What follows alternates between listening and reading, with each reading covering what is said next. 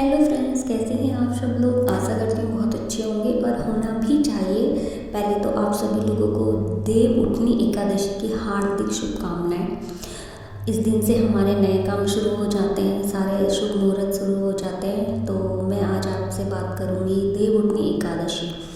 तो फ्रेंड, देव उठनी एकादशी है कल 1 नवंबर को। इस दिन हमारे सारे शुभ मांगलिक काम जो होते हैं वो शुरू हो जाते हैं, ठीक है ना। और ये मतलब एक सनातन धर्म का खास महत्व है देवउठनी एकादशी। इस दिन से चतुर्मास का समापन हो जाता है और मांगलिक कार्यों की शुरुआत हो जाती है, जो भी शुभ काम होते हैं। इस साल देवउठनी एकादशी 1 नवंबर को है ना। और इस दिन से सभी मतलब जो शादी ब्याह हो गए और जो भी किसी को गृह प्रवेश करना हो, किसी को कुछ भी मतलब अच्छा काम करना हो, तो वो आज के दिन शुरू कर सकता है। फ्रेंड्स, इसमें मैं बताऊंगी कि मतलब देवउठनी एकादशी में हिंदू धर्म में कार्तिक माह को बेहद पवित्र माना जाता है और आज से हिंदू धर्म शुरू हो जाता है। और ये जो महीना होता है वो भगवान विष्णु को समर्पित हो जाता है, क्योंकि भगवान विष्णु अपनी निद्रा को त्याग कर, निद्रा में थे 4 महीने, सावन के महीने से वो निद्रा में चले जाते हैं और आज के दिन वो अपनी नींद से जाग जाते हैं। और इसके अगले दिन तुलसी विवाह भी होता है ना। तो ये सारी चीज़ें मैं आज आपको डिटेल में बताऊंगी। तो फ्रेंड, शुरू करते हैं देवउठनी एकादशी का महत्व। इस दिन हमें क्या करना चाहिए, व्रत की विधि कैसे करनी चाहिए, सारी चीज़ें मैं आपको बताऊंगी। तो प्लीज़ वीडियो में एंड तक बने रहिए। तो फ्रेंड देखिए, हिंदू धर्म में कार्तिक माह को बेहद पवित्र माना जाता है, ठीक है। ये महीना भगवान विष्णु को समर्पित होता है। धार्मिक मान्यताओं के अनुसार इस माह के दौरान भगवान विष्णु योग निद्रा से जागकर सृष्टि का संचालन करते हैं। यही कारण है कि कार्तिक माह की जो शुरुआत है यानी कि देवउठनी एकादशी से की जाती है। सभी शुभ और मांगलिक कार्य इस दिन से किए जाते हैं, जैसे शादी हो गया, शादी ब्याह हो गया, और आपका जो भी नया घर लेना है, नया बिजनेस स्टार्ट करना है, कुछ भी अगर आपको अपनी लाइफ में अच्छा करना है तो आज के दिन आप अपने लाइफ की शुरुआत कर सकते हैं, क्योंकि देवउठनी एकादशी को बहुत ज़्यादा पवित्र माना गया है, ठीक है।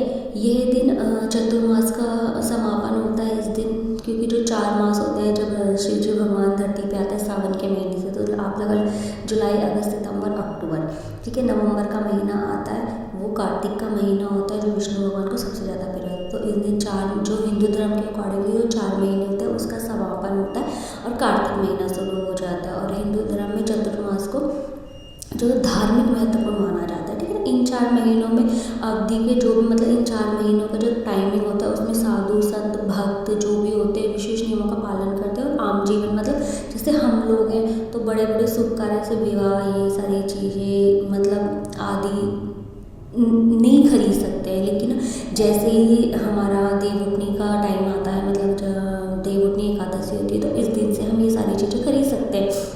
तो उसमें क्या होता है, तो जैसे सभी कार्य होते हैं वो संभव हो जाते हैं, मतलब उनको हम स्टार्ट कर सकते हैं, ठीक है ना। इस साल देवउठनी जो है 2025 में इसका जो टाइमिंग है 2 दिन का दिखा रहे हैं, लेकिन ये हम मनाएंगे फ्रेंड्स 1 नवंबर को मनाएंगे। और इसका जो टाइम शुरू हो जाएगा, ठीक है, वो होगा सुबह 9:11 पर, और इसका जो समापन होगा वो 2 नवंबर को होगा सुबह 7:31 पर। इसलिए हम इसको 1 तारीख को मनाएंगे, 1 नवंबर को। अब देखिए इसका जो महत्व है, देवउठनी एकादशी का जो महत्व है वो मैं आपको बताती हूँ। देखिए देवउठनी एकादशी का जो धार्मिक महत्व है वो बहुत गहरा है। इस दिन भगवान विष्णु और माता लक्ष्मी की पूजा की जाती है विशेष रूप से। मान्यता तो लोग ये भी रखते हैं कि इस दिन व्रत रखते हैं और भक्ति के साथ साथ पूजा करने से उनके जीवन में जो भी मतलब जैसे हम लोग है तो इंसान ही सबसे गलती होती है, सबसे कोई ना कोई मतलब पाप, जस्ट लाइक जिसे पाप बोलते हैं कि हाँ भाई हमसे ये पाप हो गया। तो अगर हम इस दिन पूजा करते हैं, व्रत रखते हैं और भगवान विष्णु और लक्ष्मी जी की, तो हमारे जो भी पाप है वो सारे खत्म हो जाते हैं और नष्ट हो जाते हैं, और घर में सुख, परिवार में सुख समृद्धि बनी रहती है और जीवन में खुशहाली और आर्थिक स्थिरता बनी रहती है, ठीक है ना। इसके अलावा इस दिन से सभी मांगलिक कार्यों की शुरुआत भी हो जाती है, जैसे कि शादी हो गई, गृह प्रवेश हो गया, जैसे कि मैंने आपको बताया अभी आगे।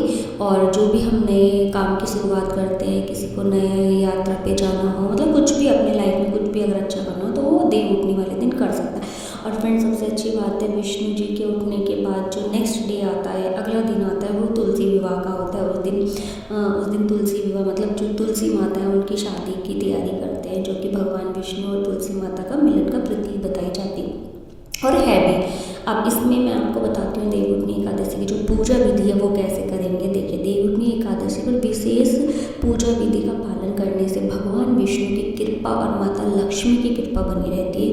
इस दिन पूजा के लिए घर में गन्ने का मंडप बनाएं, ठीक है ना, गन्ने का मंडप बनाए, इस बीच में चौक बनाए, चौकी जो होती है चौक बनाइए, चौकी रखते, चौकी पर श्री हरि की मूर्ति रखें, श्री माने लक्ष्मी, हरि माने विष्णु, विष्णु लक्ष्मी की मूर्ति रखें, उनका चित्र रखें, जो भी आपके पास पॉसिबिलिटी है वो आप कर सकते हैं।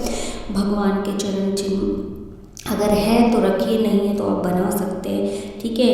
इन्हें ढक कर और इन्हें ढक के रखना है आपने, ठीक है ना, मतलब भगवान के जो चरण चिन्ह बनाएंगे तो ढक के रखना है। विष्णु भगवान को गन्ना, सिंघाड़ा, जो सिंघाड़े का फल होता है, ठीक है, वो और मिठाई ये सब आपने भगवान विष्णु को चढ़ानी है पूजा के लिए, और घी का दीपक जलाना है, इसको रात भर चलते रहे।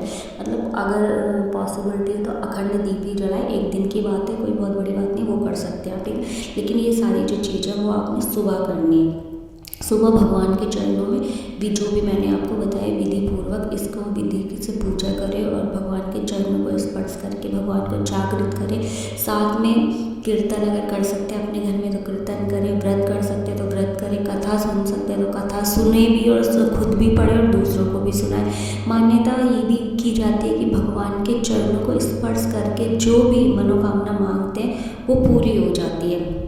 और फ्रेंड्स, एक और बात, इस दिन आप 11 दीपक तुलसी के आगे जलाएं। 11 दीपक आपको तुलसी माता के आगे जलाने हैं। 11 दीपक जला के आप वहाँ पे 11 परिक्रमा करें। ओम नमो भगवती वासुदेवाय का जाप करके 11 बार आपने करना है। 11 परिक्रमा लेने, 11 दीपक जलाने, ओम नमो भगवती वासुदेवाय का जाप आपने करना है और भगवान विष्णु को निद्रा से उठाना है। उनको आप बोल सकते हो कि जो भी मतलब आपको बोलना है वो बोल सकते हो। वैसे एक मंत्र भी है, वो मंत्र अगर आप बोल सकते हो तो मंत्र भी बोल सकते हो, नहीं बोल सकते तो मत बोलिए, हिंदी में बोल दीजिए, जो भी आपको बोलना है वो आप बोल सकते हो। तो इस तरीके से अगर आप करेंगे तो आपकी लाइफ में सब कुछ अच्छा होगा। Thank you so much.